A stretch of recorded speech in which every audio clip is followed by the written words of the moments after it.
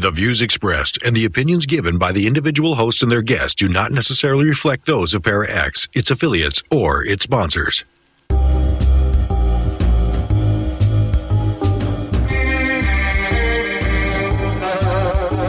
Step outside of your comfort zone.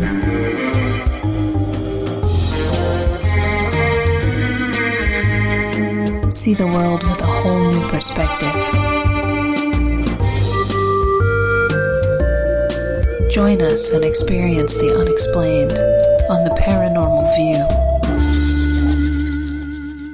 And welcome everybody right here to the Paranormal View on the Para X Radio Network. I want to thank everyone for being with us tonight, those here in the chat room and those listening from around the world. We appreciate each and every one. If you'd like to listen, you can come over to paraxradionetwork.com and join in the live chat, and you'll be right here with us, so we appreciate that. Tonight we've got a great show lined up and great guest, and we have with us Barbara Duncan. Hello, everyone. And we got Tabby Cat. How you doing, everybody? And we got Jeffrey Gould. Hello. All right. Now, before you introduce the guest, I guess we're pretty much ready. We got a whole lot to cover, too, or try anyway. So, Barbara, you've been doing good out there? Yeah, north of us has a terrible heat wave, and we got a bunch of fires already, but... Wow. And Jeff, you doing good there in the south? Yeah, we've been having 70s to 80s, but we've been having nice breezes each day, so it's kind of cuts it down a bit. Yeah, that's about like us here.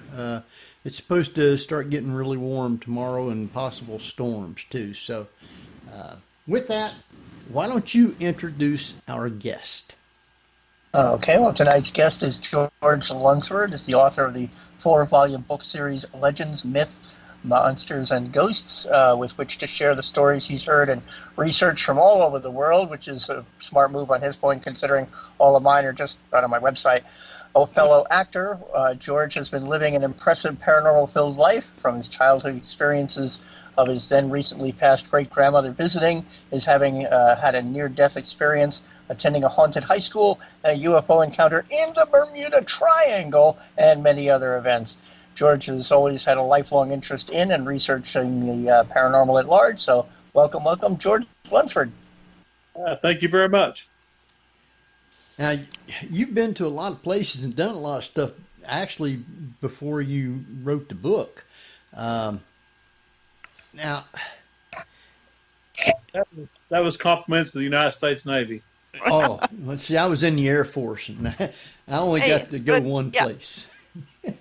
Jeff dropped a bombshell, and we got to talk about this. A UFO, and you made it into the Bermuda Triangle and out again. Oh, many times. Wow. Some interesting. Not everybody gets sucked up into it. Apparently not. With my luck, I would. No, not happening. So explain your Bermuda Triangle experiences. Which one? Oh, gosh. Oh, all of them, because to me, it's like, wow. Just to be in there must have been creepy at first. It really, when you're out there, it's no different than the rest of the ocean. But you do have strange happen. We found one time we found a F-14 tail fin floating in the water. We go and we recover the F-14 fin. We pull it up, and it looks like on the edges, there was no jagged edges. It looked like it had been laser cut. It was just smooth around the edges and all that. And there was very few barnacles, like it was set there for us to find. Wow. And now there's no numbers on there that you can pick up exactly which plane it was, is there? Yeah, they had some ID numbers on the top part of the tail fin. They run it, and it had disappeared several years before we found it. Wow. The whole plane? Yeah. We just got to wait 5.5 years for the passengers to pop back in. Oh, wait, no, that's... Was the pilot missing too? That's a reference to an excellent TV show that unfortunately has just been canceled. I'm not happy about it. What show is it? Manifest. Oh, yeah. So did the pilot survive, George? Yeah, from what I understand, the pilot and the co-pilot had ejected. It was doing a training mission, and they ejected and were picked up, but their plane was lost. Huh. Wow. Okay. They didn't have any explanation as to how that thing could have gotten sheared off like that? I don't understand it, because there should be some jagged edges on it, and I didn't see any jagged edges on it. It looked like you had literally laser cut it off the plane. Huh. Well, could that have happened from like lightning or something? No, they should be. If it was ripped off the plane like that, they should have been some type of jagged edges on it. I mean, metal doesn't rip that smoothly. Wow. And then the fun one, the really interesting one was, I was on aft lookout. It was a beautiful, beautiful day. I mean, the water was just as smooth as glass. It was sunny. It was just a gorgeous, gorgeous day. We was watching the bottlenose dolphins run around and play, and the porpoises and all that. And in front of the ship, you could see like a little dot on the horizon, like a little gray dot. And as we got closer, of course, it got bigger and bigger.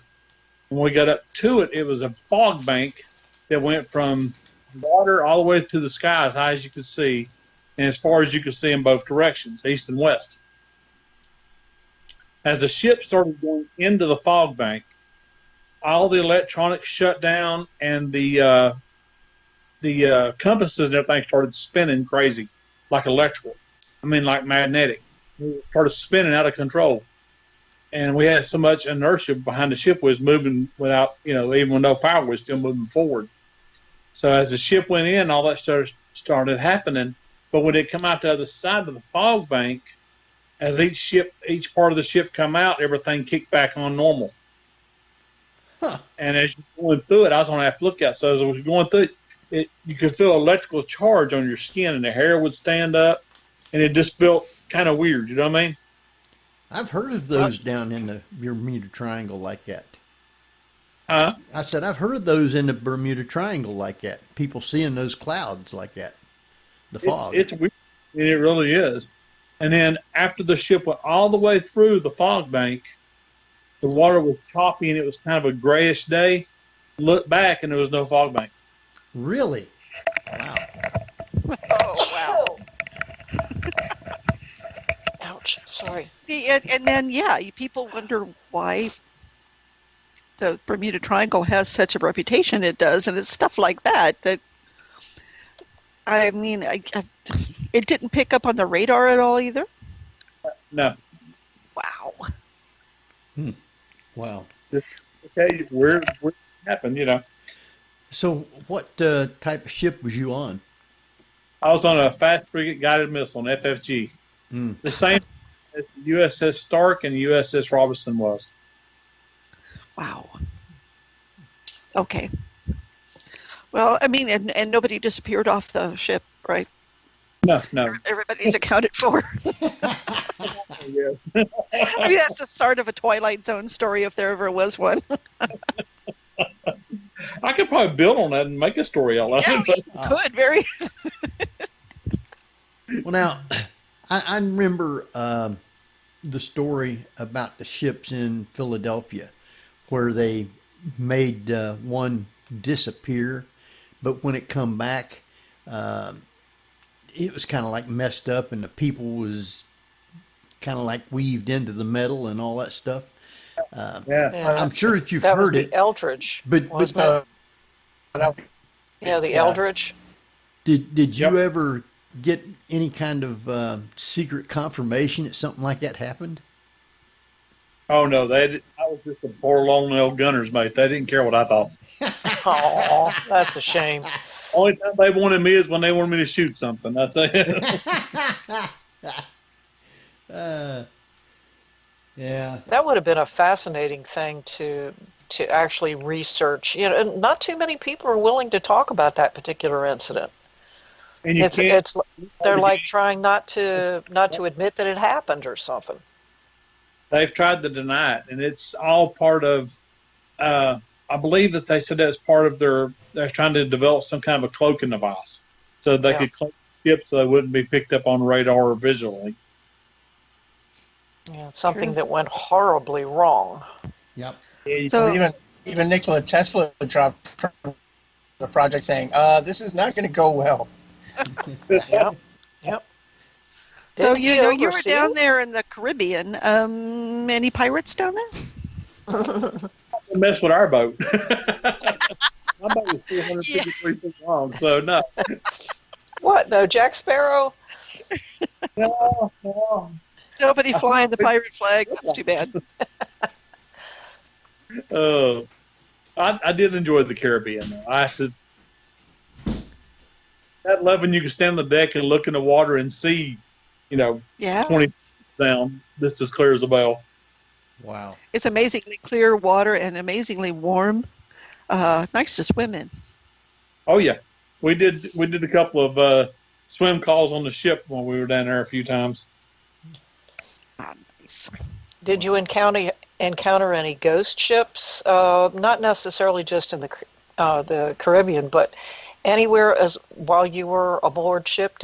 Did you guys ever encounter, or did you hear of anybody encountering any kind of ghost ships or something you couldn't explain out on the water? Not really. I mean, from what I've been reading about the ghost ships, that's kind of a hit and miss thing. It usually involves a timing, like a time when the ship actually sunk is when it reappears, almost like a glitch in time. Uh-huh. I haven't really heard much about, no, when I was in the Navy at least, about all that. In my research I did. A lot of them in the Great Lakes. Yeah, that's probably got some of the most interesting stories up there. Have you gone up there to the Great Lakes area and investigated any of those sightings? No, unfortunately, I hadn't had the money or the time. I'm where I work a regular full-time job too. So I might be on your bucket list then. Gray Road that last week when we was up in Chicago. Actually, today is the anniversary of the St. Lawrence Seaway opening up. Oh, wow. Connecting all the ships to the ocean. So. That's cool. I did not know that. Oh, wow. Since they're doing that, since they did that, I can't help but wonder if that's why you keep seeing all of these sightings and reports and everything of all these sea monsters in the Great Lakes. Now that they're more connected to the ocean, all the sightings that they claim of seeing big, huge critters, but they say, oh no, they can't live in fresh water. These were, sea creatures out in the ocean.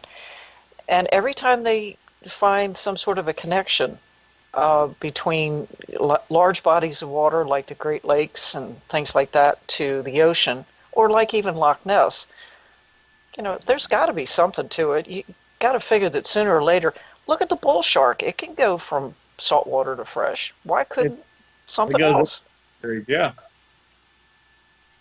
Well, I think that they look at things through a certain prism. I mean, they look at them like, okay, this can't happen because of this. And I got news for them. Nature can do whatever nature wants to. You're not going to change it.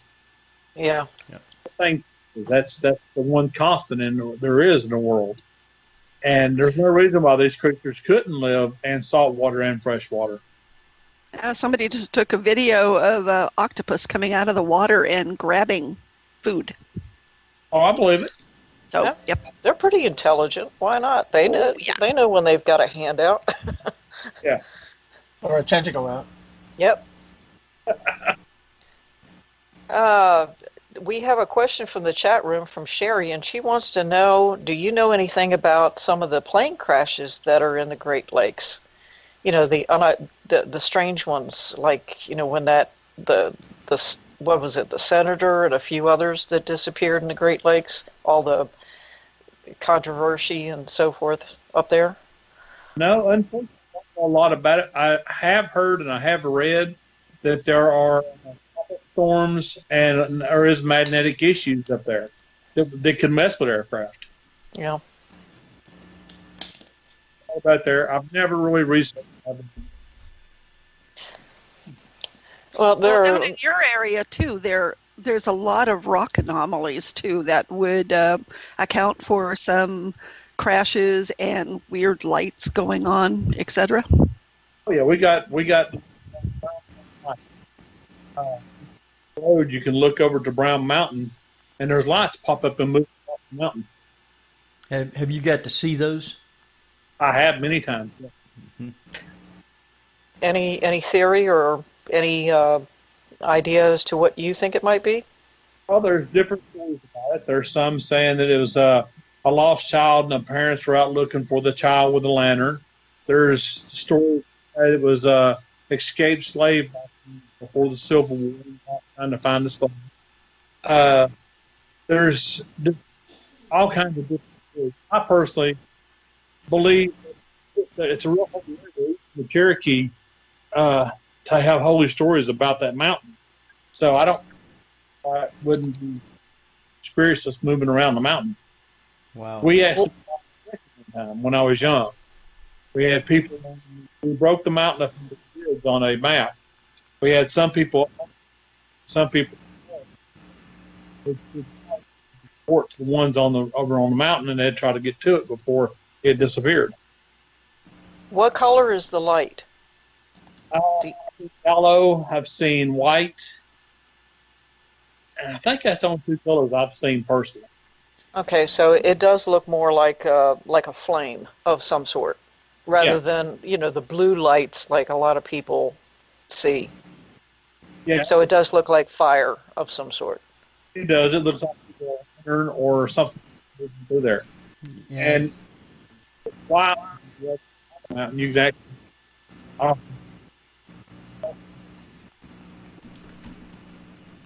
Here. You seem to be breaking up for some reason. Oh, I'm sorry. No, it's not your fault. It's just, I think it's the way the connection is. Do you have a microphone on your headset? No, I'm actually using my phone. My computer's not acting right. Ah, your phone. Well, that's probably why then. Phones usually do that, so. I'm very sorry. That's all right. No problem, no problem. That's something that happens. Generally, it happens to me. Yeah. With all the various different places that you've been, your books cover a wide range of subjects. They go from, ghosts to witches to strange creatures to cryptids and so forth. Now, the majority of the stories that you do, George, it pretty much encompasses the general area where you've been and are right now in the United States, but you do have some that are out in the West and so forth, like where Barbara and Jeff are right now. Is there anything in particular out there, say in California or in that general area, that you find the most fascinating? Bigfoot, of course. I mean, I'm a Bigfoot fan, big time. And in the book for California, I talk about the bushwhacker monster, the lizard people, and the Frisco nightwalkers. Yeah, what are they? What are they supposed to be? People believe they're aliens because they have no body. It's just a head and legs. They believe that they're aliens. Those weird white, like they're like almost look like weird stick figures with the sweatpants kind of look. Yep. Oh, I love that. I love that clip. That keeps showing on a lot of the compilation stuff. I keep thinking, even if it was fake, who would do this and why? I'm sorry. I still think they're baby barn owls.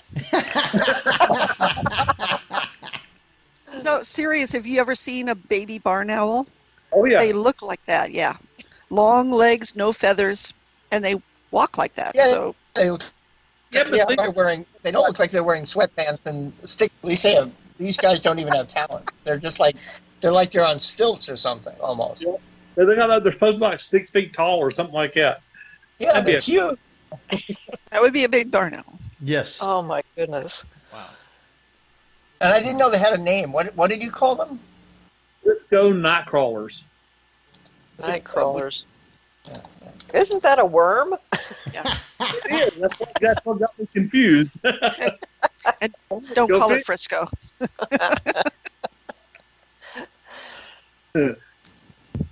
I remember searching for night crawlers with my dad for him to take fishing, and we'd be out there in the middle of the night with flashlights and everything, and he would never find him with his flashlight, but I would always find him with my bare feet.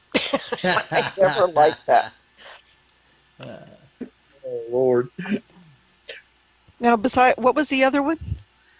There's the Billywhack monster. The Billywhack monster. What is that?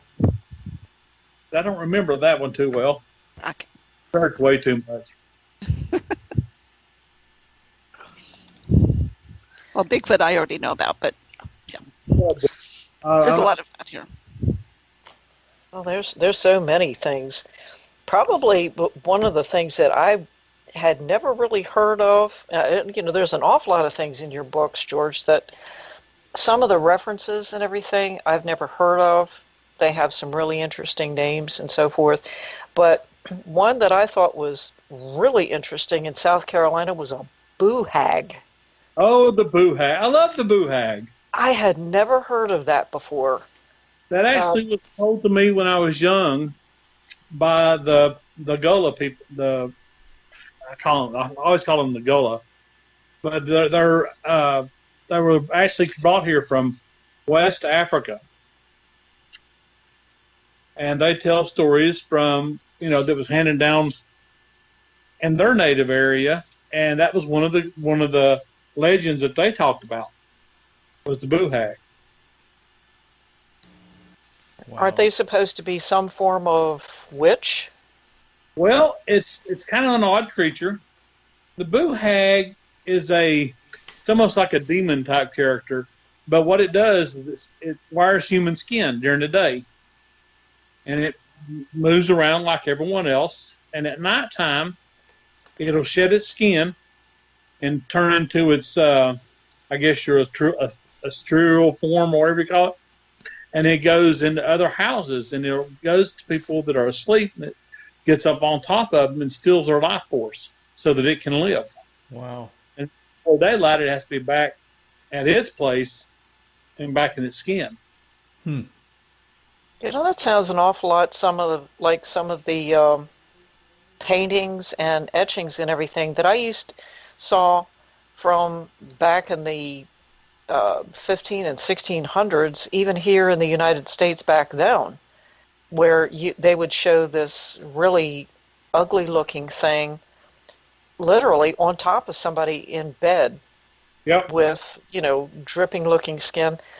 But that was long before the Civil War, but there has to be some sort of basis for that. I mean, for it to go in between all of these different cultures and different formats and everything. So there's got to be something to it. I mean, I guess it's sort of like the boogeyman that we're always being told, hey, the boogeyman's going to get you if you don't mind yourself. Well, the thing about the boo hag is kind of like a neurotic creature. It's kind of nuts because there's 3 ways to stop a boo hag. You can pour salt around your bed, which is messy. Yeah, well, that's the typical witch thing. You keep witches at bay with salt. You can put indigo paint on your trim work around your doors and your windows. It can't cross it. Or, my favorite one, you can put like a broom or a duster in your bedroom, and the boo hag can't resist if it comes in your room and that broom's there. It has to count the pieces of the broom. Well, that's also a way to stop vampires, because they're supposed to be OCD. You put rice, like a little pile of rice at your doorstep, and they're counting it until the sun comes up, and then they destroy it. Yep, exactly. That's the Wow, same. yeah. Wow. Yeah, that's definitely Well, OCD. Wow. I was hoping you were saying that they'd have to pick up the broom and clean your bedroom.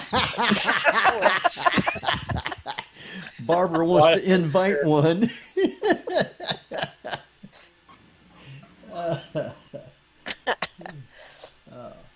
Well, now, how did you get started into researching all these? Well, I remember growing up, the way it was when I grew up, your grandparents or your parents used to hand down stories to you about your area. Like they told us about a thing called Helen's Bridge. They told us about the Brown Mountain Lights and all these other different stories from our area. And as a kid, growing up, you hear these stories, you have to go check them out. Because we're crazy as youngins and we have nothing better to do.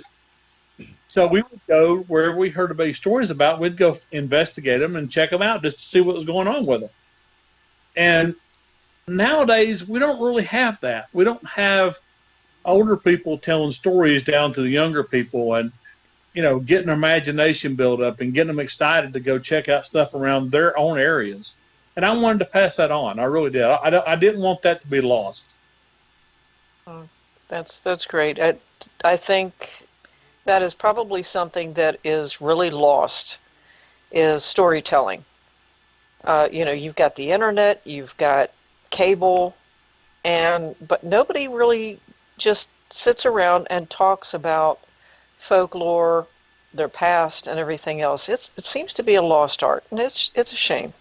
It really is, because these stories are born in these areas. They're not, some of them may overlap. They may be things like them other places, but the stories that were handed down were the history of where you're hearing them at. And it's just something that's being lost, and I couldn't stand it. I'm weird. I'm kind of OCD in some ways, I guess. I don't want to lose that because I still tell my kids stories, and my kids are in their 20s. So, have you been to any of these places to research them? Some of them I have. A lot of them I couldn't go to because my books cover the entire United States. Right. But like when I was doing North Carolina, and I did, in the very first part of that book, my very first book, was the first chapter was about the Cherokee legends. Right. Well, I work in Cherokee every month. So I was out there around Cherokee, and I would ask around the people out there. And I got a lot of the stories and stuff from them. Just like I talk about, like the Sukaloo. Well, the Sukaloo is the Cherokee Bigfoot. Uh-huh. I heard his story, and the cool thing I found out is everybody else that passes down these stories, there's variations. But if you go to the Indian tribes, there's no variations in their stories. It's passed down exactly the same every time it's passed down. Yeah. Which is incredible to me. The fact that they pass their stories down exactly the same to each generation. And they still sit around in Cherokee and tell the stories and tell about the legends like Spearfinger or the Little People or the Raven Mocker or Sukaloo. They still tell all those stories out there till they're young. Yeah. Wow. And that's great. I just love it to death. I think it's awesome. I think the Raven Mocker was probably one of my favorites out of that particular chapter, because the Raven Mocker, they refer to it almost as like a shapeshifter type of thing, but the fact that it is what I would refer to as almost a harbinger of death sort of thing. Yeah. And just about every culture in the world has got something similar to it. Like the Irish have the banshee. Oh yeah. So the Cherokee have the raven mocker, but the raven, the bird, the raven, isn't the only form that it takes, is it? No, it's not. It can take on any form, whether it be an old person, a kid, just really anything it takes to get to the person that is passing away. Yeah. And it just seems to be those that are actually going to die. In other words, they're not there to take your life. They're Right. there to make the transition? Yeah, Okay. that's the way I understood it. Yes. Well, the thing I found most interesting in Cherokee, of course, Spearfinger was one of my favorites because, I mean, come on, she's got skin of rock. You just gotta love her, even though she does eat children's livers. But still, you know. Oh, give her a break. She just eats yeah. Yeah, I mean, Onions, yeah, just give her a break. but the whole story of Spearfinger is fantastic. But what I found the most interesting is when I was doing this research in Cherokee, there was a lady who had written a book, and I happened to run across it, and I also found it online. And she talks about the little people. Well, I got me curious, so I started talking to the people out there in Cherokee about the little people, and I got to talk to an older gentleman out there. He was probably in his 80s, and he was telling me about when they were doing construction out there in Cherokee that they found some of the bones of the little people and some of their tunnels. Wow. Oh, my word. Wow. Of course, I eat that up, you know. I'm a big nerd when it comes to all this stuff. I mean, everything has its basis in fact. And I mean, True. it's just like, the giants that they seem to find in Europe and everything. True. Why not? Heck, we've got people right now, we've got basketball players that are huge. And if you go to England right now, I think it's in the Tower of London museum, they have, and I saw it with my own eyes, a full suit of armor for somebody that was darn near 7 feet tall. And then right next to it was a suit of armor for somebody who was only 3 feet tall. Yeah. Yeah. Well, when the Indians come over the land bridge into America, they talked about in all their legends, from all the ones out west, all the way to the East Coast, they talked about running into the white giants, and they described them as having red hair or green eyes.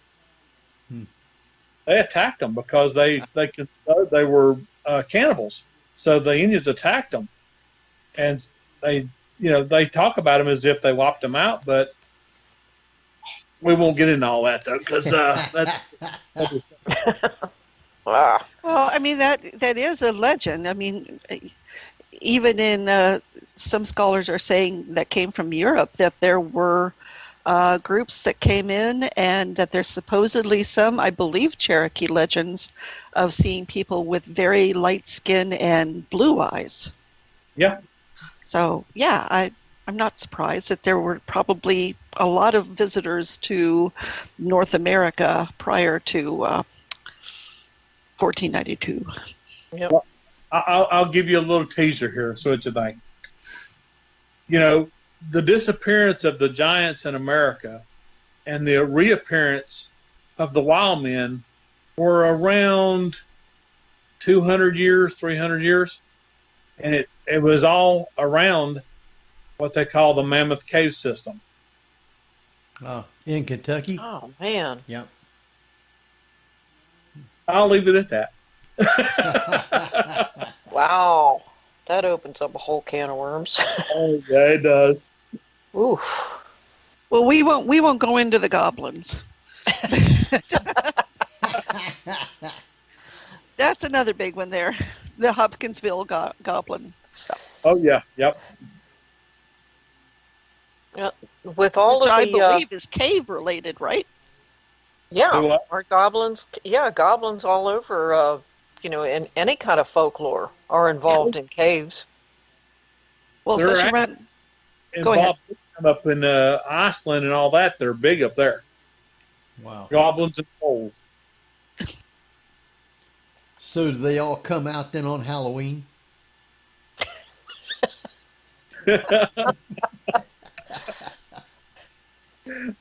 Well, see, I was married to one of my second marriage. So. Oh, Lord. Oops. Oh boy. Sorry, I couldn't resist. Well, now, I was going to say I dated a troll or two, but yeah. Well, In North Carolina, down in Wilmington, had you ever heard of the Chamber of Commerce building down there being haunted? Any stories I have. on it? I was actually excited, but was unable to go to a ghost hunt down there. Really? Wow. Um, And I wanted to go to the one on USS North Carolina, too. I've Oh, been, did you? Oh, I that's did. so cool. I was unable to go. I was on the North Carolina many times, being able to just walk around and just look at everything. I mean, because I lived right there in Wilmington for 20 years, so I was doing stuff like that. I wasn't into the paranormal at the time, but the ship itself was fascinating. So, but Oh, it is. there was in the Chamber of Commerce building. It's not the Chamber of Commerce anymore. It was an old house set up on Gallows Hill, where they used to hang the people at when they deemed them to be hanged. And Right. so it was named Gallows Hill. But there was this house there that they'd made into the Chamber of Commerce building. Shortly, I don't know, a couple months after I'd moved to Wilmington, my mom sent me this Fate magazine talking about the Chamber of Commerce building, and this guy had took a picture of a ghost coming down the stairway, which naturally I'm going to go there just to talk to the people and see if anything happened. I did go in and talk with them, and they said that they hadn't never seen anything other than sometimes the back door would just open up. It'd be locked, but it would just open up. Other than that, they didn't really see anything. So I let it go at that. My wife at the time was working for this woman, taking care of her mother while she worked. And when she come home one day, my wife was telling her about the Chamber of Commerce building, and we went down there, and this Fate magazine had a picture of a ghost. She told her, she said, "Wait just a minute." She went in her bedroom and come out with the original 8x10 glossy picture of that ghost on the stairway. At the time, she was dating or going with the guy that actually took the picture. Oh, that's cool. Now, is that coincidence? I mean, so I thought it was real neat, something like that. And she said it was all true. So. Oh, I don't doubt it at all. I really don't. Anytime there's something traumatic happens in the area, I think that creates the ghost. Wow. Now, have you personally seen, with your own eyes, an apparition or something that you really can't explain or probably considered to be a ghost? Oh, yeah, several times. And where was that? Well, one of them, like I said, like in my book, it tells about, it was my great-grandmother was the first one. She basically come in and sat on the end of my bed, and I woke up and she was there. And it didn't look right. The more my eyes got in focus, she looked translucent. But she had all regular form. And she told me goodbye and that she loved me. She just vaporized away. But what made me know it was really her, you know how everyone has a certain scent like soap or perfume or whatever you smell? Right. You use that scent? Well, that scent was in my room. When I woke up, it was still in my room. Huh. Then she had passed away. So she came to you to say goodbye. Yeah. Oh, that was nice. That's great. Now, we were talking a little bit about banshees before, and you mentioned in one of your books about the white screamer. Yep. Which kind of sounds almost the same as a banshee in a way. Yeah, it does. It kind of is. It kind of is, yeah. It's a little bit, it's more of an American version of a banshee, I guess you could say. Oh, there's an awful lot of Scottish people that settled in Tennessee and Kentucky in that area, right? So I'm guessing that it's probably an offshoot of that. I'm thinking so, yeah, because everything gets like I said, everyone else can pass down these stories, and they get changed a little bit with each story, except for the Indians. They don't change their stories at all, but everybody else does. So I'm assuming it is probably pretty close to the original story of the Banshee. I think it's probably the same thing as the White. That's a really wild. It's almost like a mist. Yep. Now, when I lived in Daytona, before I went into the service, they you had one in there about the Devil Chair. It's in Volusia County. Yeah. I had never heard of that until I read it in your book here, and I thought if I ever make it back down there again, I guess I'll have to go out there and look. But what's supposed to happen with the Devil's Chair if you go out there and sit in it or something like that? Does it come out and grab you? Well, honestly, it's been a while since I wrote that one, so I don't remember a lot of the details. It seems like when I wrote that, it's been 4 years. I don't think that you actually sat in and grabbed you. If I remember right, people saw the devil sitting in it. Oh, really? Oh. Wow. If I remember, I said it's been about 4 years since I wrote that, so I don't really. It's not one of the ones that actually stood out as much as some of the other ones did. Right. I thought it was a story, but it didn't. It didn't have that pizzazz that some of the other stories had. So they were seeing like a devil with horns and what have you, or what? Yeah. Wow. Sitting on his throne, with his scepter, saying, It "You're next." didn't look like from Lucifer, I guess. So, did you come across a story in Daytona about the Tomoka light? I saw it, but I couldn't get enough good information on it at the time to do it justice when I put it on paper. So if I can't do them as much justice as possible, I won't put them in a book. Yeah, because I felt doing a disservice to the people of that area. I've been there and many nights driving up and down that road, and yes, I've seen it.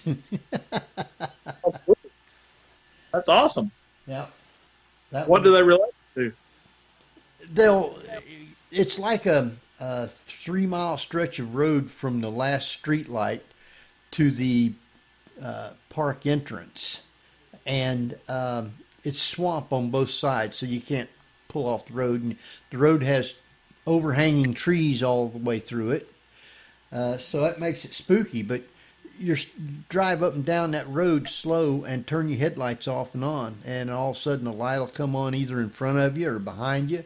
It'll start coming at you fast, changing colors, changing shapes, and I've known it to like go out behind you and then come back on in front of you and different things like that. A lot of people get killed chasing it out there or running from it, one of the two. But I never did anything like that, run fast or anything. But I did see it one night. I mean, it turned red and big shape, and I mean, it was coming down the road. So we left that area then. We didn't go back for a long time. Well, aren't a lot of that things actually explained as swamp gas? That's what they try and say it is, but you don't see it out in off the road. It's only on the road, so. Oh, okay. Never mind. Read something about them seeing full body apparitions at the cemetery. I don't remember that. I just, for some reason, that popped in my head just now. I know there's one somewhere about a cemetery down there, but it's not in Tomoka. Okay, I may have confused with something else. I've studied so much of this stuff; it's all kind of run together in my poor old warped brain. Well, usually there's not much traffic on that road because at night the road goes out through the jungle, you might say, going to Bunnell, and so you don't see a lot of traffic on it. I'm sure it's built up more now because this was, I don't know, back in the early 60s. But I remember one time I was in the Boy Scouts, and a couple of the guys wanted to take a hike to get a 20-mile merit badge. And we was living in Harbor Oaks at the time, so we hiked all the way up to the park, and went to go into the campground, and they said, if you ain't got your scoutmaster, you can't stay here.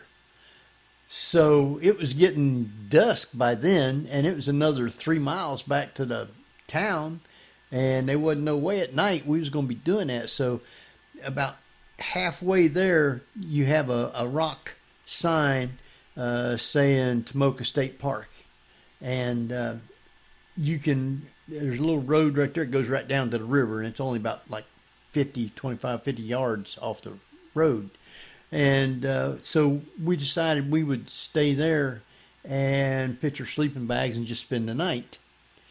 But it was dead quiet out there. There was nothing on the little road or anything.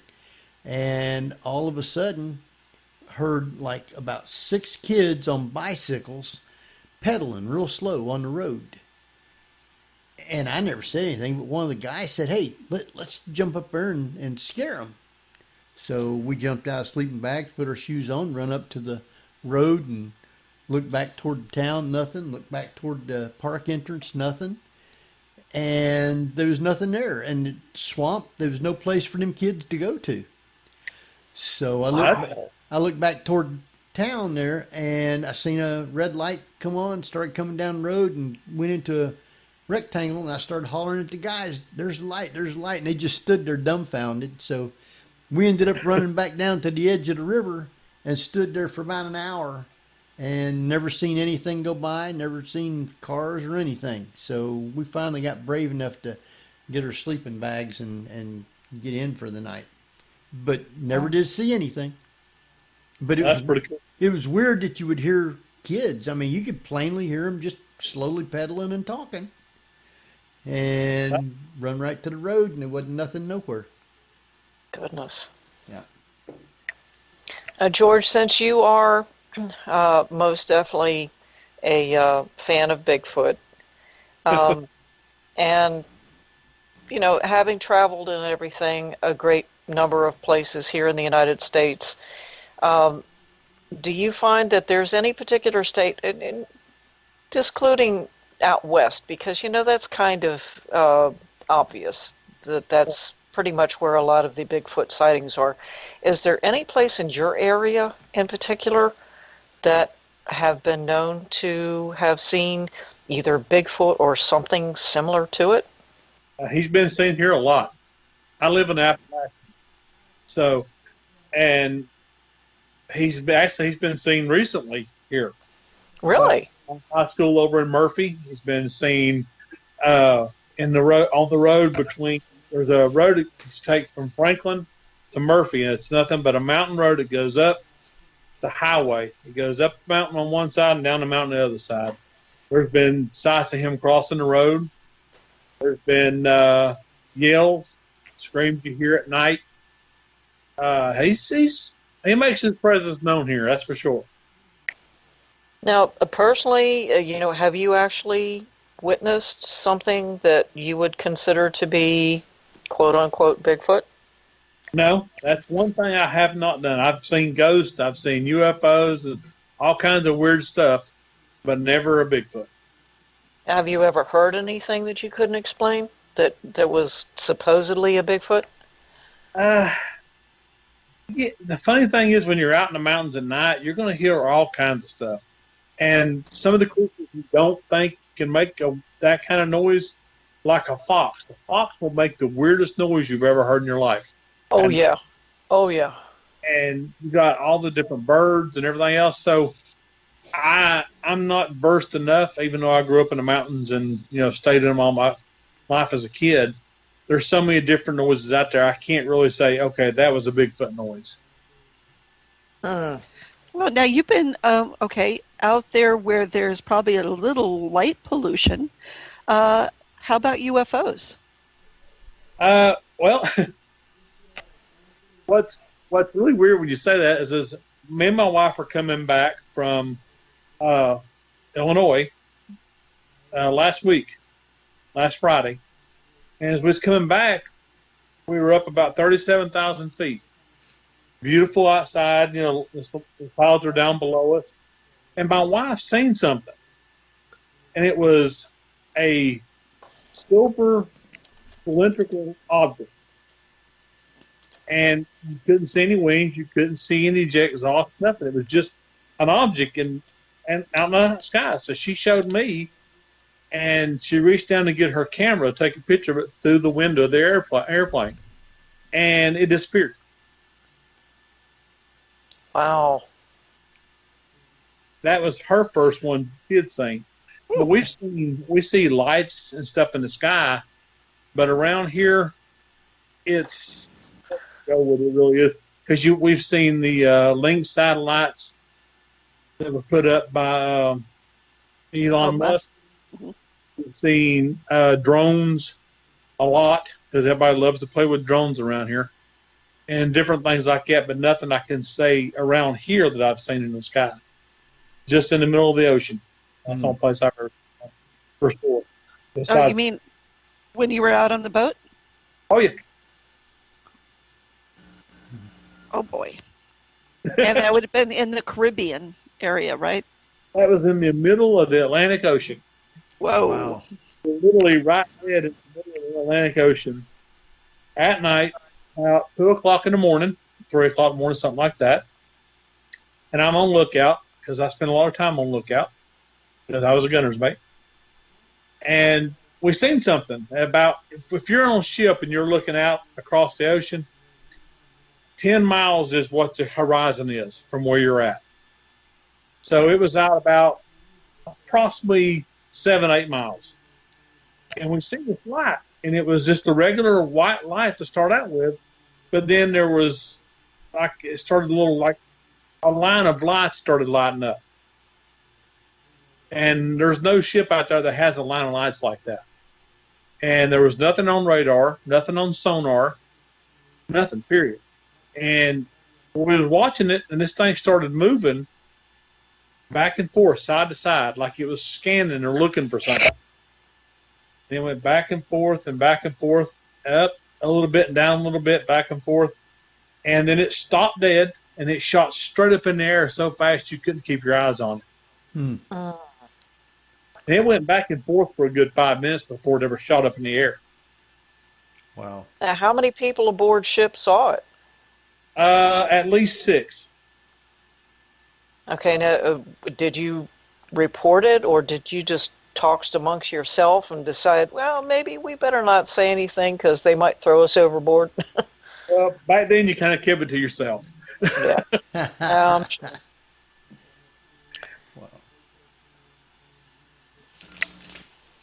And how many years ago was that? Oh, that was 88. Oh, okay. So long before Starlink, long before a lot of the ships were up there. Oh, yeah. You were asking me about the full apparitions. I've got a funny story for you. We bought a ring doorbell. We put the ring doorbell on the door, which is on the porch.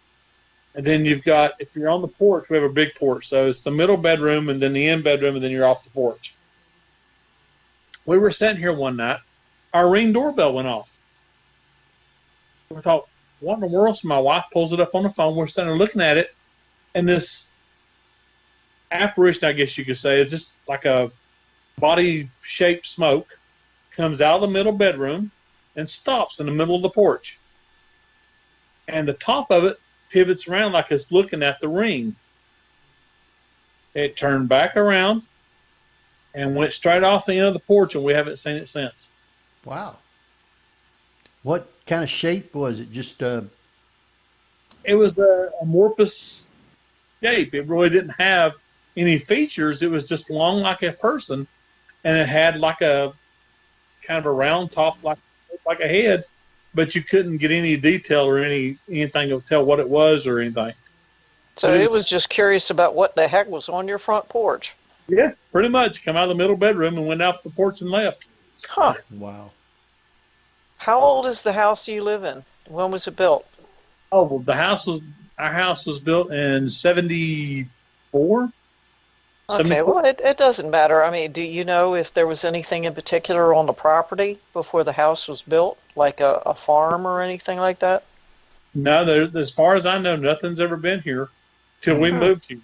Now, was a building. There is a building out here. It's 100 years old. It's like a little storage building, but that was the only thing here when we moved here. Wow. Now, so the area still has some sort of an older history. So who knows who could have been out there? You know, because Sure. sometimes spirits get attached to the land. Yeah, that's very true. And my house, when I was married to my first wife, that house, we had ghosts there. But when I did the research on the property where the house was, there had been a family lived there that had got wiped out by tuberculosis. And Wow. Oh dear. and we had the ghost inside the house was a 16, 17-year-old female. Oh, that's sad. On the property was her mom and dad and her brother, her younger brother. Wow. Yeah, that is definitely sad. Whenever there is an illness or a traumatic death, that has a tendency to keep the energy there. Yeah. And it's well known that it doesn't make any difference even if there isn't a dwelling on the property. Yeah. If the land belongs to somebody that really loved that land, they might still roam there. Oh, I call her Bertha, but she was a sweetheart. When my kids were babies, like my daughter was in her room crying one night. She was just an infant, and she was crying. I woke up to go check on her and change her diaper and stuff. I walk into the room, and all you hear is shh, shh, shh, shh, shh, shh. Oh. And her blanket was like somebody was patting it. Oh. That's cool. Kids big time. Yeah. But her little brother would mess with us. He'd run by the window, make you get up out of your chair and find out what was going on outside. Or he'd laugh in the middle of the night. Wow. Well, not all ghosts are bad. No. I've had great experience with some of them. Yeah. I mean, they're not all Casper either, but, they're most of them are just like your roommate that just never left. Well, from what I can tell, whatever personality they had alive is what they took with them when they were dead. Oh, yeah. If they were alive, they're a good person after they're dead. Yep. I've often told people that, I let them know, just because you passed on doesn't mean a darn thing, because if you were a jerk in life, you were a jerk in death. Oh, yeah. So if you go into a location to investigate, and this person is there, and this person is known to poke you, push you, scratch you, slap you upside the head, I'm sorry, that's not a demon. It's just a person being a jerk in death, too. Wow. I'll agree with that. As long as Zach Bagans not with you.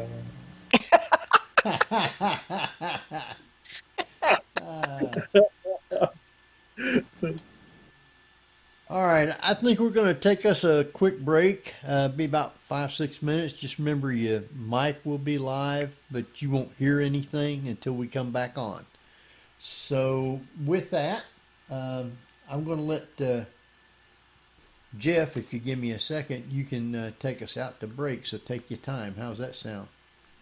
Okay, you're listening to the Paranormal View on para-x.com with your hosts, Henry Foister, who's rattling buttons over on the side there, Ceiling Cat Barbara Duncan, Tabby Cat Gash, both of whom are felines apparently, and myself, Jeffrey Gould, more of a badger, and tonight's guest, fellow actor George Lunsford. So stay tuned for more of the Paranormal View after the break. Whether you're listening at home, at work, or anywhere, thanks for making Para-X part of your day. Your source for everything paranormal, Para-X. And welcome back, everybody, right here to the Paranormal View on the Para-X Radio Network. I want to thank everyone for being with us tonight. those listening here in the chat room and those listening from around the world, we appreciate all of you. I want to welcome back Barbara Duncan. Hello, everyone. And speaking of listeners from around the world, where do we have listeners at tonight? All over the United States, the United Kingdom, Canada, and Spain. All right. Spain. Spain. Good evening, Spain. And we have with us Tabby Cat. How you doing, everybody? And we have Jeffrey Gould. Hello. And we have our great guest with us tonight, George Lunsford. Hey, how y'all? Doing good. You? Doing pretty good for an old fan.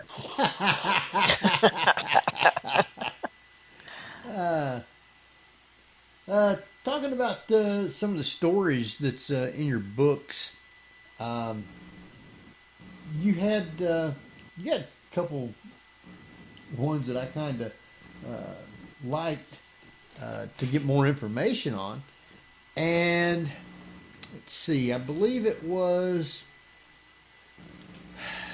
the in Alabama, hugging Molly. Oh, okay. Okay. What do you want to know about it? I don't remember much about her. Oh, you don't? She was a young lady who passed away. Right. And I guess I forget what it was that was wrong with her, but she would come up behind somebody and hug them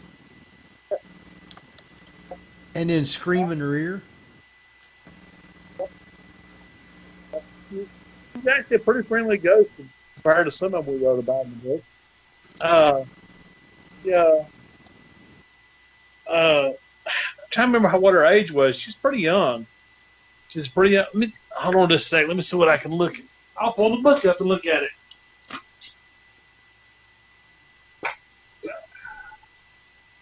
All right. I was getting it 4 years ago. I had a hard time remembering.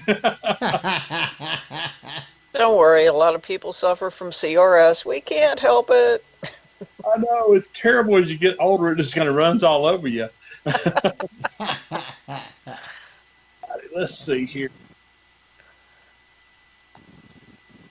Number 9. Still my favorite story, though, is still the one about Robert the Doll. Oh. I love Robert. Yes. Yeah, we all like Robert. Can't help but like Robert. You see, Robert has fans. He's not a bad doll at all. No, just strange. Okay. She hugged actually a full.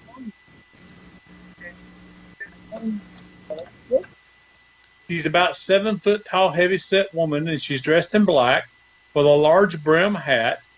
And she.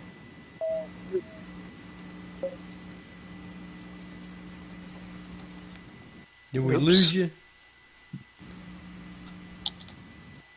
Apparently, she lost her child, and she was grieving, and that's what makes her want to hug kids and children. Wow. She never hurts them. She never harms the children now. It's always very gentle, and it's, just a real nice thing when it comes to children. I don't think she's quite as nice to older people sometimes. Right. Wow. Been known to actually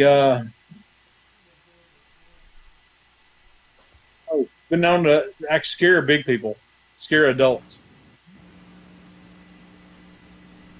Wow. Well, since you brought up Robert the Doll, Hey, have you had a chance to visit it? no, I want to go so bad I can't stand it. But I am definitely ask permission before I take a picture with him. Oh, yeah. Definitely do that. I have photographers friends who go down there, and they keep trying to skirt that curse, but somebody always asks for permission before they can take a photograph. Oh, yeah. Oh, well, I mean, that's polite. I mean, you do that, anytime you're on an investigation, you go into a location, and if you want to take photographs, me personally, especially if I'm on a location like a Civil War battlefield or something, I always ask, would it be all right for me to take your image? Not a photograph. Could I take your image, please? It's just polite. You just ask them, because some cultures don't like to have their photographs taken. That's Some true. spirits don't like to have their photographs taken. So you ask for permission. It's just polite. That's true. That's true. I'll definitely agree with that. The thing about the Civil War, a lot of the ghosts, I don't think they're actually ghost. I think it's more of a glitch in time. A battle has happened, a situation has happened, that image is stuck all the time. It repeats over and over and over and over again. Yeah. I mean, it's not just a matter of being polite and everything. You've got to put, your investigations in perspective. When you talk to the spirits within a particular time frame, it's best to talk to them in the language and the vernacular and the slang and everything that they're familiar with. If you don't, they might not completely understand what you're talking about. Yeah,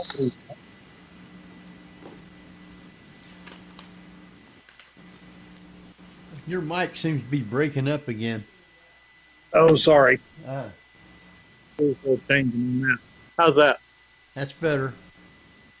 Okay. All right.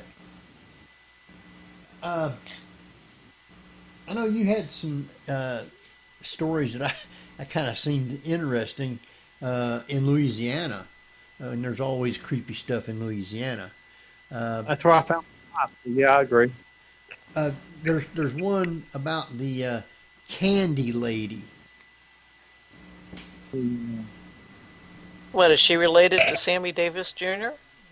Oh, no, I'm sorry. That's the Candyman. Well, that's pretty close. You're going with Tony Todd, too. That's the other I was thing. going to say, yeah, Candyman is a whole nother little, whole nother demon there. Close, though. I mean, I still got to give you credit. Louisiana is full of fantastic stories. Yeah. I guess because there's just so much happening down there all the time. Yep. With the voodoo mixture put in there and just the lifestyle in general down there, I think creates a lot of interesting characters. That's why I'm fat, because I married a Louisiana girl. So, Oh. marry one from New Orleans, you're going to get fat. That's just all there is to it. Well, they have a lot of witchcraft and stuff like that down there. Yeah, it's all the voodoo. The voodoo come in from West Africa and up through the Caribbean and all that. And it's just that weird, the whole thing. It's a whole different kind of magic compared to like regular witchcraft and stuff. I mean, when people talk about vampires or ghosts or demons in Louisiana, you could actually believe it. No question. I think my favorite is the Luguru, which is, what anybody else would, translate to werewolf. Yeah. And that to me is probably one of the creepiest that comes out of Louisiana, not just the voodoo, but the Luguru. Because it's not quite the same thing as your typical werewolf. No, I said it dates all the way back to medieval France. And, I mean, the glowing eyes and everything kind of reminds you of that, but it's just a different kind of a character. It really is. Well, it must have something to do with, just the culture. Down south, you've got the Spanish, you've got the French, and so forth, and they brought in a great number of their own superstitions, their own stories, and everything. But once they establish themselves, when you compare that to what the Scots and the Irish and the English brought in the North, there are so many comparisons between the two. You have to wonder, there's got to be a common factor in there. Yeah, that and the fact that it's because all of them were there together, and almost like they weave themselves in back and forth between the different cultures. So it makes a little bit of changes every time they weave it around. I mean, you got an English father and a French mother. Then both of those stories combine when they tell them to their kids. And, of course, the kids take those stories and they pass them on there. And they've got that mixture of the cultures going when they pass it down. So it gets changed a little bit more, and it gets changed a little bit more every time it's passed down. Because you do have that mix. You know what I mean? Yeah. I mean, there's got to be a basis in fact somewhere. Yeah, and, yeah. Oh, I mean, down through the years, we've understood an awful lot of things based on actual physiology and medical and so forth. It's like all of the people that have, I forget what the term is, but those that have an excess of hair. And, they used to be in circuses and sideshows and things like that, like the wolf boy or whatever, or the wolf girl or the bearded lady. And all of these people have this affliction, I shouldn't say that, I'm sorry, this medical condition that causes you to have all of this hair. But, people fear that. And it's like anybody that, has, a need to eat a lot of raw meat. They're going to be considered vampires. That sort of thing.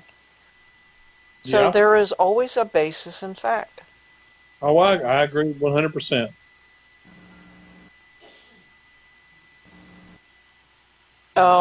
In Mississippi, let me see, is it Mississippi? Yes, Mississippi. Probably one of my favorites is the Robert Johnson story. Oh, I love it. Yeah. Could you elaborate on that one? He was a fair guitar player, and he wanted to do better, and he was willing to sell his soul to the devil. So the devil met him on the crossroads, made a deal with Robert Johnson to sell his soul to be famous and rich, because he was a poor sharecropper's son. He signed the papers, and overnight he became a incredible guitar player, singer, songwriter, rose to the top of in the blues and rhythm and blues, and then got poisoned by a jealous husband. Wow. Now, there is, an awful lot of stories, not only in Mississippi, but also all over the area about going to the crossroads and meeting up with the devil and selling your soul. Do you have any idea where that came from, that you have to meet in a crossroads? Well, from what I understand, the thing is the devil always gives a choice. You can either take this road and not sign your soul up, and this is what's going to happen to you, or you can take this road once you sign your soul over, and this is what's going to happen. So with the choice, you have to physically say, okay, this is what I want. And you have to, and you're turned, and the devil makes you face the road that you want to take. Okay, But evidently he's not a good fiddle player, so you can take your chances with that. Yeah, like Charlie Daniels, yeah. Yeah. Oh, yeah. I remember seeing years ago a film called Crossroads, and it had Ralph Macchio in it. And I think Steve Vai was actually in that film, playing the one that was, in down under with the devil and everything, that Macchio ended up challenging him to a guitar duel and so Right. forth.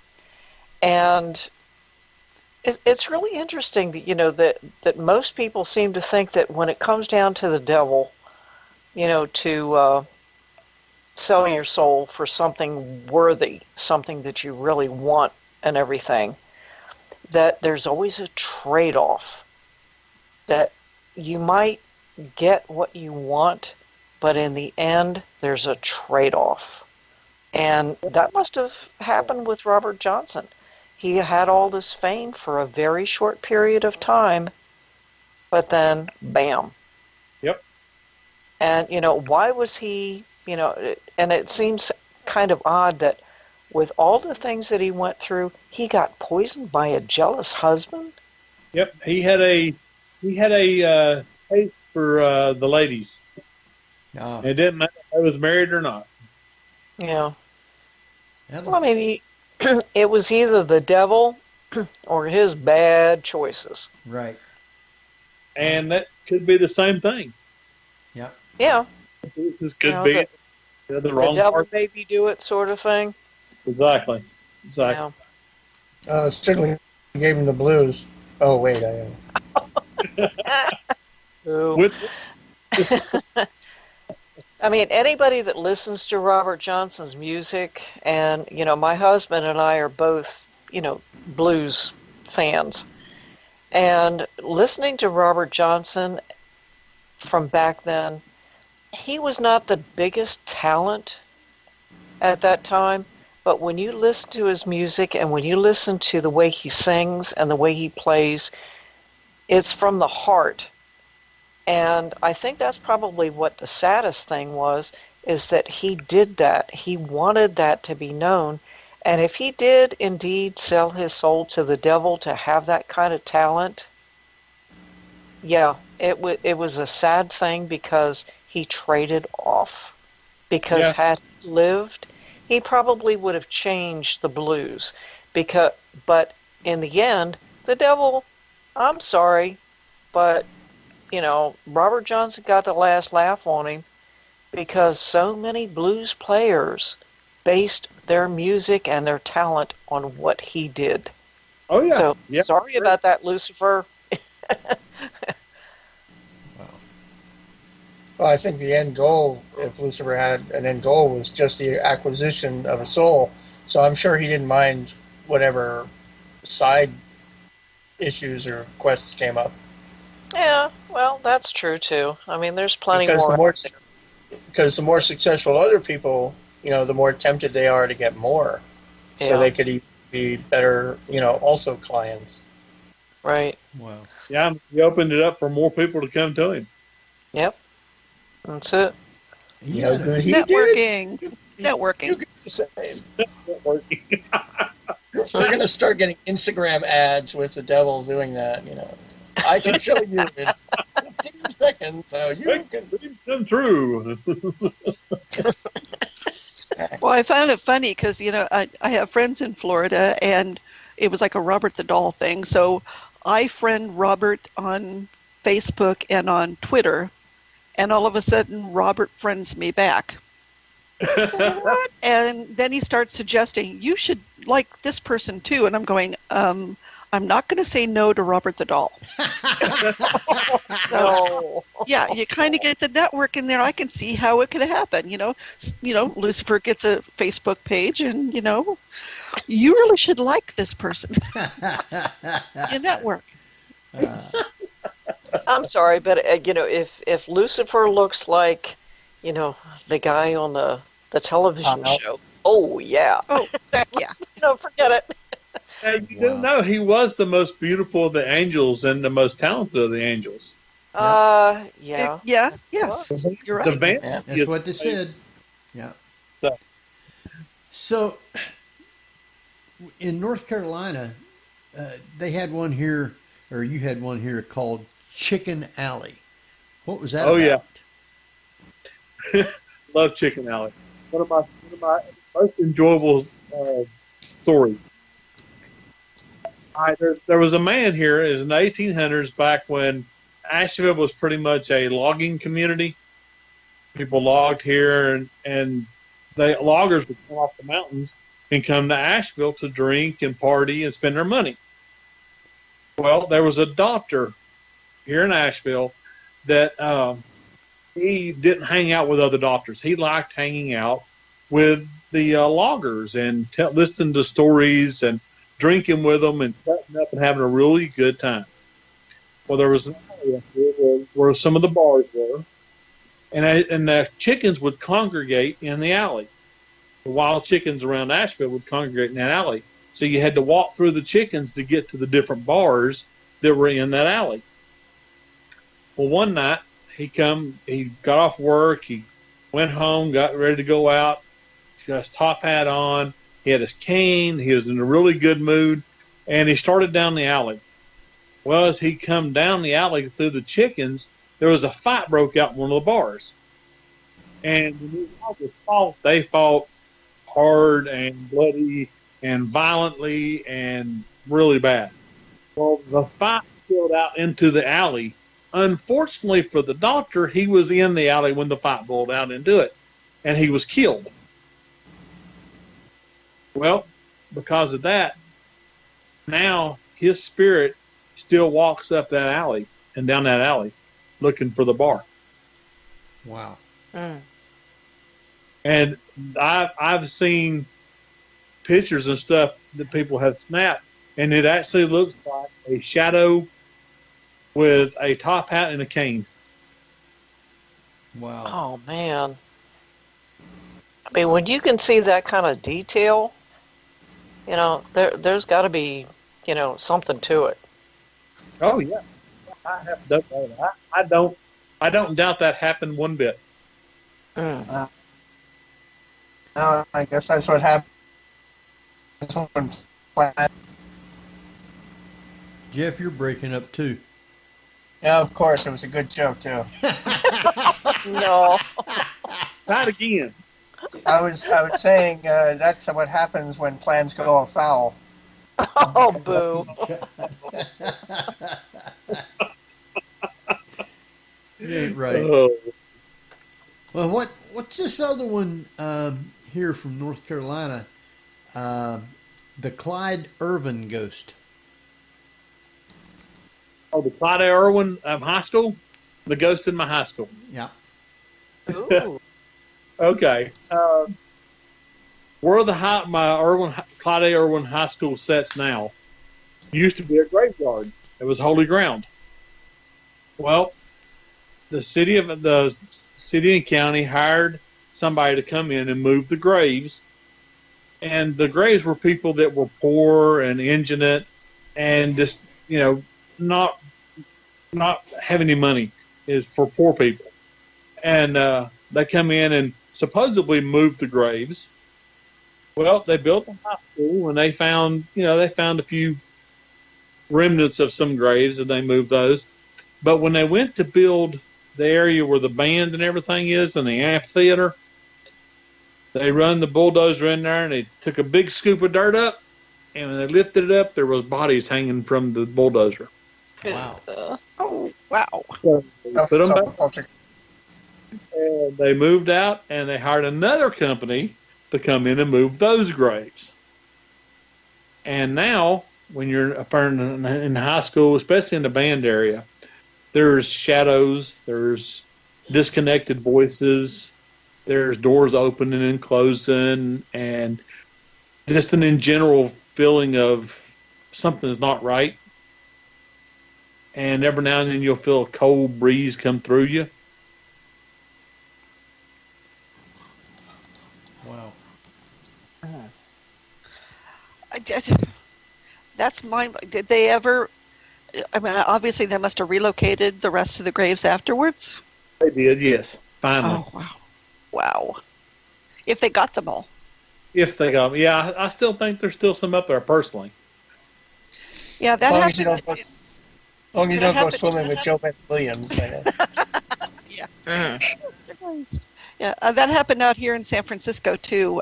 They relocated most of the graveyards out of San Francisco, but somehow they managed to leave them under the Legion of Honor and the golf course up there. Well, golf too. Yeah. Yeah, we had the same thing happen here in my area. Two places that I actually investigated. They were supposed to have moved the graves because they wanted to build something there, but they just, like in Poltergeist, they moved the headstones, but not the graves. Sounds about right. And the next thing you know, the buildings that are on the property are haunted. Wow. The dead don't like being disturbed. No. Nope. And it's Not a at all. shame because those people who's bought the houses or the property for business or something, they got to deal with it. Oh Yeah. yeah. And there and in that situation, there's not a lot of way to deal with it other than actually moving the bodies and having them re-sanctified. Yep. And at that time, you probably don't even know whose body it was if the gravestones had already been moved. Yeah. Very true. Yeah. It's hard to make it right, that's for sure. Ick. Well, George, when it comes down to actual investigations, where has been the most haunted place that you've been to so far? Well, let's see. Just some old cemeteries. Some of the older cemeteries where they're buried, but there's not even really a headstone there. That's sad. 100 years old that were could have been either Indians killed or just people dying of tuberculosis. Nobody knew who they were, so they buried them and they just put a plain stone on the top of their grave. I mean, we've got really old graveyards in places. And when you're there, I mean, you feel it. You feel it more than you actually see it. I've seen the full body apparitions, but I felt it more than I've seen them. And it's like they're asking to be acknowledged so that they can go on to the other side. But there's no way to acknowledge them if they don't tell you who they are. Yeah. Wow. So it's like a sadness. It is, and unless you have, fortunately, because I did pass away for a very short period of time, I do have a little bit more of a connection where I can say, okay, this was Susie. Okay, Susie, you can go on now. You can rest. About your what? Wow. That's probably some of the saddest things. I've been to so many different cemeteries. I live in between both Gettysburg and Antietam battlefields, and I've been to both cemeteries. And it just seems that whenever I've walked among those graves where the unknowns are, it's probably the saddest because they were never identified. They are really kind of lost, and it affects me more than anything else. And I'm sure that's probably because all they could put in the grave was pieces, and they had no idea from which body they were from. Yeah. Yeah.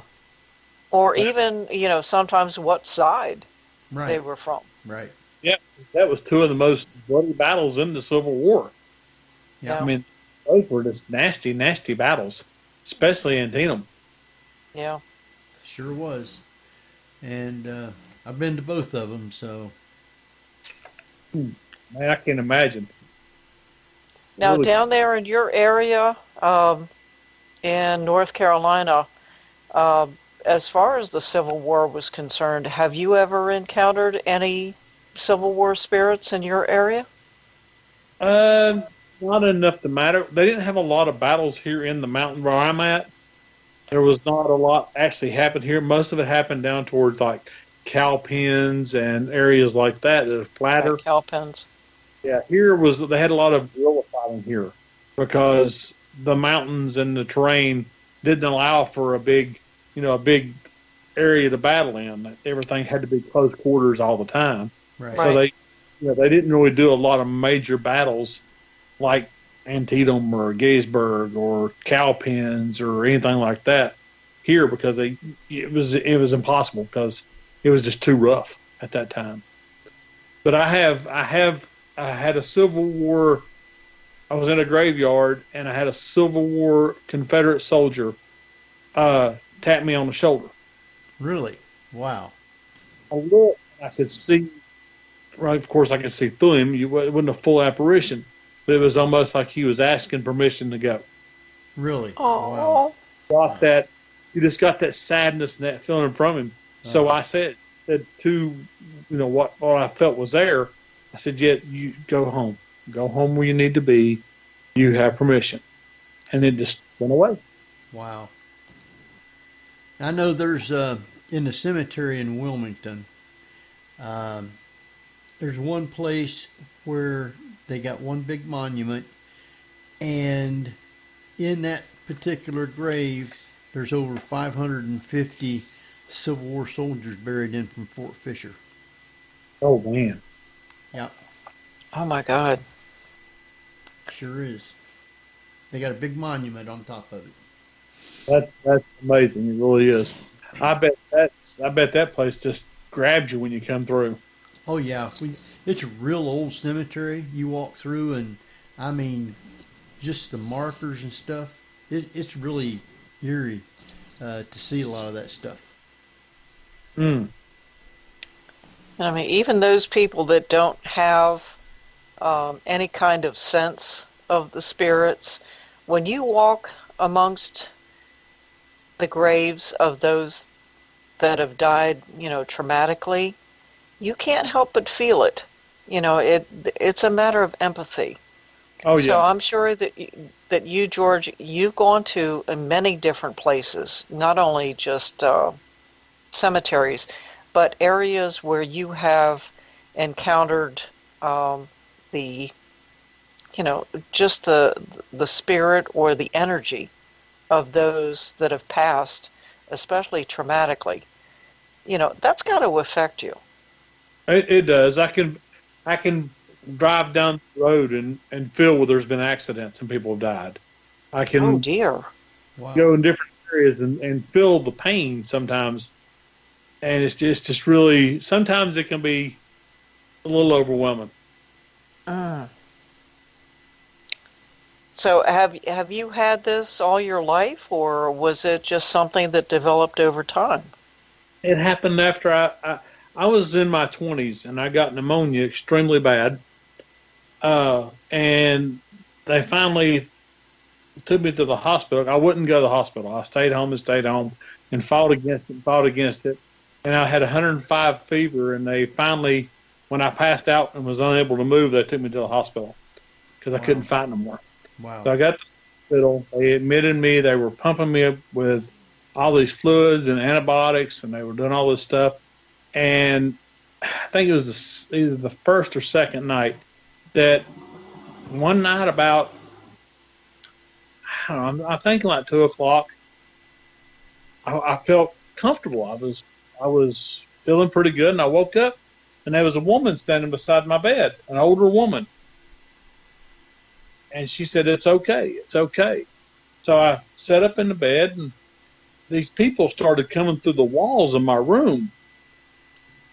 And over in the corner, there was a figure there, and I couldn't make it out. So I looked back, and when I stood up off the bed, my body was still on the bed.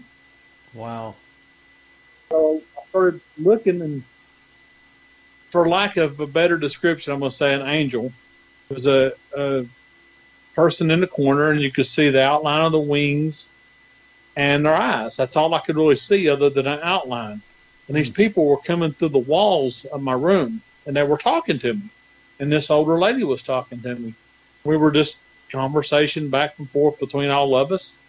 And the one in the corner raised his hand and there was a little white dot formed, and it just spread out to like a portal.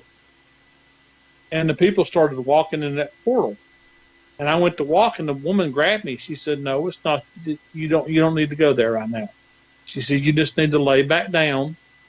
It's not your time." Wow. So I just sat back on the bed. I went to lay down, and I looked, and she waved at me and smiled, and she went into the portal, and he raised his hand again, and it went away, and he disappeared. And I laid back down, and next thing I know, there's alarms going off. My door burst open. But the weirdest thing about the whole thing was when I was talking to the old lady and walking around my room, the clock in my room never changed. The second hand didn't move. Nothing changed on it at all. But when I woke up, it was moving. There's people running my room, and there was a woman jumped up like she was going to give me CPR, and I asked her, "What are you doing?" And she freaked out. She didn't know what to do. Yeah. And they all kind of left the room, and one of the nurses was standing there, and I said,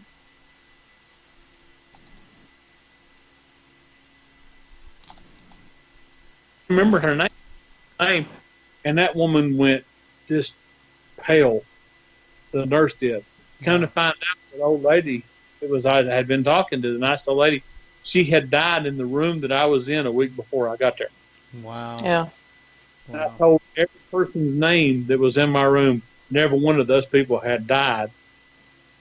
And Oh my goodness. So that's when the whole thing began. It's pretty well known that most people, when they end up experiencing spirits, comes from a near-death experience. And that's obviously what happened to you. And you can't dismiss that. No. You know, there's so much of those things that happen to people. And it happened to me. I mean, I've seen spirits since I was a kid, but it took a near-death experience for me to really hone in on the spirit world. How in the world do you explain that? You can't. And those people around you that love you and understand you, they believe you. And those people that don't, I'm sorry, it does happen. Well, if they believe in science, they can help to believe it. Because one of the theories from Einstein was a parallel universes. And that falls with that parallel universe theory. It falls within that realm. And I can't remember what scientist it was who expanded upon that and said, for every decision, a new parallel world is created. That's why there's an infinite number of the parallel universes. Yeah. And I believe that when you pass away, you actually break down one of those walls, and it gives you access, depending upon what you went through, gives you so much access into that world as well. Yeah. Now, I don't have, I'm not a medium. I don't have any of that ability. I just simply know that when there's something there that's not right, I can You're see. a sensitive. You're an empath. Everybody says I'm insane, but I guess empath. But I mean, you're in good company, George. That's for darn sure. That's cool. I like y'all, so it's okay. Now, before it gets too late, of course, we got to talk about Elvis Presley's ghost. Ooh. The king. He has the busiest ghost I've ever read about in my life. So, man, What? You mean not George Washington? He's a busy ghost as well as still walking around alive. Yes, he's so busy. He's either in California or Vegas or California. He's just everywhere. He's awful. Well, maybe we can get him to visit us on the show. I mean, you got to give him credit. He was an incredible performer and singer and all that. And even after he's gone, he still is making appearances. I mean, they're seen constantly over at Graceland. They've got photos of his ghost over in Las Vegas, where he performed quite a bit. They've got pictures of him walking down the Sunset Strip in California. There you go, Jeff. That's like a few blocks from me, but I've done somewhere on Sunset Strip. That's a little farther down. I mean, how can you not like a ghost with good hair? I mean, that's all. Oh, yeah. I mean, if we can just get him to perform, we'll be good to go. Oh, yeah. Yeah.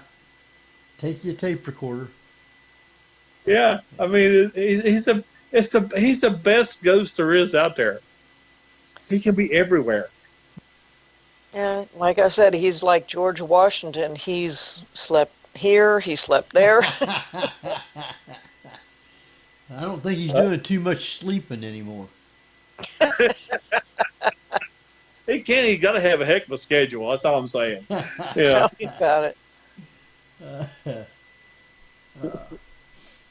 Wow. Now, George, have you ever been to the Washington, D.C. area? Yes, I have. Yes, I have. Okay, and have there been anything there that you've, encountered, or anything that caught your eye? Well, I was young there. When I went to Washington, D.C., I was in high school, so that's been a long time ago before I had the near-death experience. So back then I was young and, little insane. So I don't really remember much back then. Well, I guarantee you there's an awful lot there. I grew up, I was born, raised, and lived and married like 5 minutes away from the D.C. line. And I can tell you that Washington, D.C. has got its fair share of spooks, goblins, and an awful lot of stuff. So, definitely research that. It's pretty cool. Well, they do have an awesome ghost there in Congress. Well, live or dead? Well, the dead one's one I like. So this ghost wanders the stairs of Congress. He was killed on the stairs of Congress. Wow. So he wanders around in the dark areas of the building there. Yeah. He's actually in my second book. Oh. Cool. Now, have you done much research, or are you planning on one for anything overseas as far as hauntings go? I love the ones overseas. They're so much more fun. They really are. I actually put 7 of the overseas stories in my last book. It has the if I can remember all I put in there. I know I put the true story of George and the Dragon in there. Mm-hmm. I did the rock apes in Vietnam, which were known to attack our people. Mm-hmm. There's a story come out of France that is basically the basis for Romeo and Juliet. Yeah. Of course, I did the Banshee in Ireland. You got to do the Banshee. I mean, it's just too cool. I did a Chinese vampire, did a golem in Israel, and I did a little people in Africa. Wow. Not the big ones. Yeah. I think the golem was probably the most fascinating. Oh, I love the golem It is story. absolutely fascinating what that thing is. When you look at, not only, it's not a animation, but it's an animation of an inanimate object Yep, a clay that does your bidding. and it's actually comes from It's good. Yeah, creation. Oh. Did we lose George or me? Both of yous Oh, kind wait, of. what?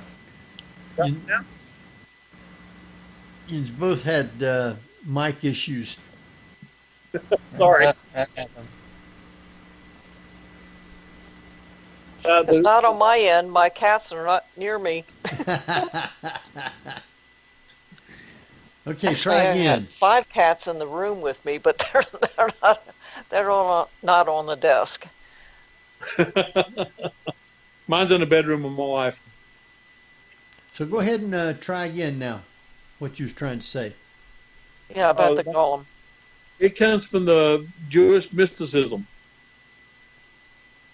It's a Kabbalistic creation. Well, Yes. the Jewish mysticism book it's a spin-off religion from the Hebrew, and it talks about like the first woman to be created wasn't Eve, it was actually Lilith. Right. And she was created Lilith, equal yeah. to that. And she became very arrogant and everything else, and she went to the highest peak in Eden and called God out by name, and he cast her out to being a night demon. Wow. Yeah, Old Testament God was kind of testy. He didn't take a lot of crap off nobody. You know, he just I actually have a script you'd probably find interesting in which a woman is challenging a religious man's beliefs, and she points out, which God are you referring to, the genocidal Old Testament God or everything's wonderful rainbows New Testament God? Oh, goodness gracious. For me, probably the golem is one of the most frightening because it doesn't have a conscience or anything like that. You can't reason with it. And that's, for something to come after you that you can't say stop, don't do this. To me, that's the most eerie. actually reminds me of everybody I went to school with. Ah, Kind of single-minded, yeah, exactly. I mean, you just can't you can't tell them to stop, Right. doing what you're doing. But anything in mythology, when it comes to asking something to do something for you, I think that is probably the most frightening, whether it's a witch conjuring something or something from voodoo conjuring something. That is the most frightening because it comes from the will, of the person that is doing it. And if you believe that it's going to hurt you, it's going to. Oh, yeah. Yeah. Your subconscious can make you hurt yourself whether you mean to or not. Right. Yeah, And do exactly what they're wanting you to do. And I exactly. think that's what the big driving thing for voodoo is. Zombies actually come from voodoo ritual. Yep. The original meaning of zombie was. And what they based that off of is some of the drugs that they were using, and it would zombify the person, and they thought they were dead and then come back to life. But it wasn't that. They were actually just under some heavy drugs, and because their body wasn't getting the oxygen and it wasn't going to their brain, they had a one-purpose mind that was to move forward, to kill or whatever. And it didn't have anything to do with being dead and being brought back. It had something to do with mind-altering drugs like bath salts do nowadays. Right. Wow. It's ironic because one of the original legends of the Haitian zombies is if you were to feed them salt, they would remember they were dead and return to their graves. Yep. Well, actually, the salt it does something to the neurotoxin that they put in there. It stops it from reacting. So, actually, Clarvis Narcisse had salt, somehow got a hold of it, and that's what caused him to start remembering where he came from. So there is basis in fact with that. Oh, yeah, very much so. Wow. Very well. Well, our time is running down real fast. We got time probably for one more question, Barbara or Kat. Well, George, I have one final question. Now, when it comes to your next book, is there anything in particular or any place in particular are you going to focus on? Well, my next book, I'm actually going to get away from the folklore. I'm going to write something from my poor brain, and I'm doing a paranormal horror. Paranormal horror? Yeah, Ooh. this is set and it's got I don't it's got some spiritual stuff in it. It's got this really blood and gore, bad ways to kill people type thing. One guy gets run through a wood chipper as an example. Ouch! Wow. Shades of Fargo. I bet that was sharp. Oh my goodness! Wow. And they probably Okay. said, well, that won't hurt mulch.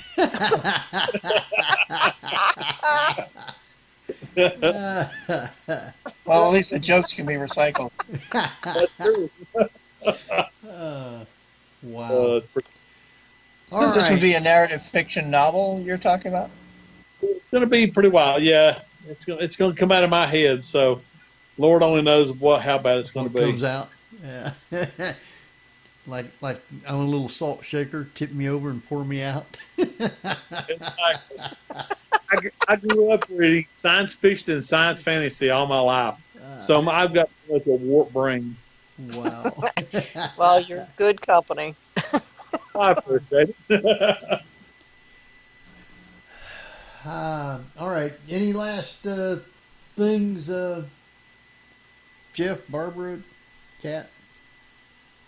Yep, we're good to Really go. need You know. Really need to learn how to expand time so we can have more time with our better guests. Thanks. Good night. You guys are definitely a blast to talk to. That's for sure. Appreciate it. Well, we try to make it fun and having a good time. So, all right, listen, we're down to under 2 minutes. I want you to give out all your information where people can follow you, contact you, get your books and all the good stuff. And then we want you to stay on for a few minutes after we're off. All right. Well, the best way to find out anything you want to know about me and my book, you go to my website, which is author George Lunsford. Everything written. And Oh, now I know how it feels. make sure you go to the website because I am going to do a book giveaway. Oh. Cool. All right. Well, the link to his website will be on the report page because we kind of lost the Audio. .x and host aspect of the web URL. But I have links to your website, your Instagram, Facebook, your author page on Facebook, Taylor's production, which we should really have talked about, and your IMDb entry, fellow actor, Oh, cool. I appreciate that. and links to all your books will be on the page. All right. With that, our time is just about up. And I want to thank everybody for being here and listening tonight. Hope you guys enjoyed the show. And we will see you in 2 weeks, next week, I guess. So we'll have something. Anyway, with that, this is Henry Foister. Jeffrey Gould. Barbara Duncan. Cat Gash. And we'll see you next week at the same time. So good night, everybody.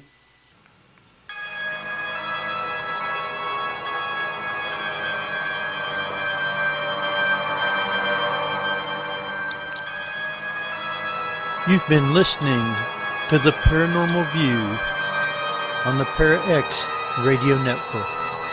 Join us again next week at the same time for more of the Paranormal View.